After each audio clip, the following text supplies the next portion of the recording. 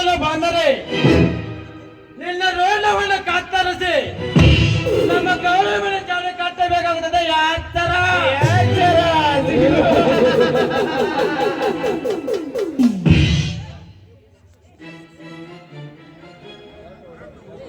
ಹೊರಟು ಹೋಗಲು ಬಂದಿಲ್ಲ ಲೋಚ.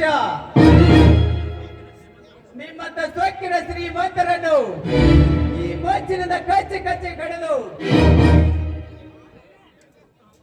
ಸುಟ್ಟು ಹಾಕಲು ಬಂದಿದ್ದಾನೆ ಈ ವೀರನ ವಿಕ್ರಮ. ವೀರನ ವಿಕ್ರಮ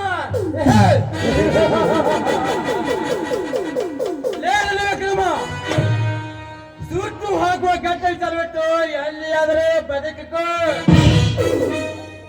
ಇಲ್ಲವಾದರೆ ಇದೇ ಬಿಸಿಲಿನಿಂದ ನನ್ನ ಸೊಟ್ಟು ಸುಡುಗಾಡಿ ಕಟ್ಟಬೇಕಾಗುತ್ತದೆ.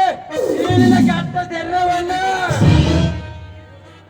ರೌಡಿ ರಾಜ ಸುಟ್ಟು ಹಾಕುತ್ತೇನೆಂದು ಬರೀ ಬಾಯಿ ಮಾತಿನೆಂದರೆ ಹೇಳಿದ